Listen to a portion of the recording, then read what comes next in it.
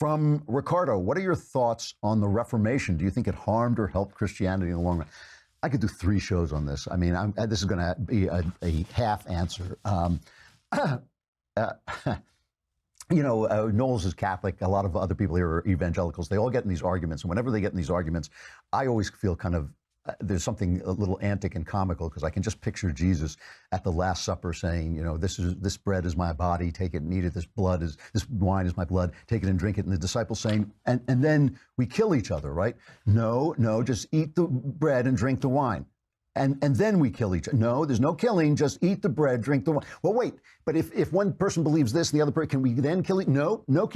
Am I stuttering? No killing. So I always feel like you worship Jesus, worship God, follow Jesus.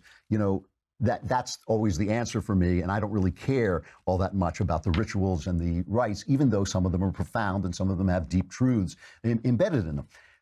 Is the Reformation a good thing or not? I think the Reformation is a necessary thing. I always believe that Shakespeare wrote Hamlet in response to the Reformation to show what would happen when the church lost. I believe Shakespeare was a Catholic, and he wanted to show what would happen when the church lost its monopoly on truth. Truth would come up for grabs. Suddenly you wouldn't know what was right. You wouldn't know what was real. Suddenly your own emotions, as Hamlet says, would transform the entire world, and you'd have nothing to go on. The mad scene in Hamlet reads to me exactly like a modern college professor talking when he's pretending to be mad, but except the college professors are pretending to be sane.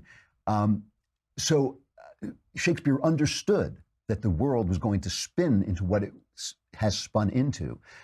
On top of this, I have to say, recently I've been reading and rereading a lot of medieval literature because I want to write the sequel to Another Kingdom, and I'm kind of using this as inspiration and for ideas. And we lost a lot when we lost the Middle Ages. The people who founded the Renaissance were very good propagandists, and they attacked the Middle Ages. One of the reasons it's called the Middle Ages, right? The people who lived in the Middle Ages didn't call it the Middle Ages. It was the people in the Renaissance who said, there were the classic age of Greece and Rome, and then there's us, and in between there's just the Middle Ages. There was that was just the Dark Ages. But the people who didn't live there didn't feel that way, and they knew a lot of stuff. When you go back and read their stuff, there was great truth embedded in it, a great certainty about that truth that we have lost, and that artists and thinkers have been yearning back toward for a long time.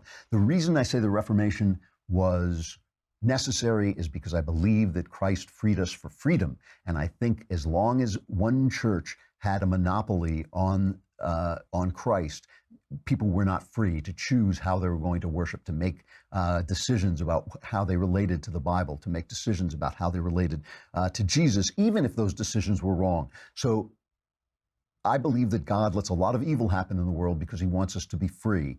And I don't believe the Reformation was necessarily evil, but I believe that the evil that came out of the Reformation, and there has been much of it, was necessary so that people could be free in their relationships to Christ. I believe that the Catholic Church brought Western civilization through a very dark period into the light and civilized Western civilization to become what it is becoming now. But I think at some point God said, okay, but now I let you free to worship as you will, and you are going to have to make the decisions. And so that's a long answer. I could go on and on forever because there's so much to say about it.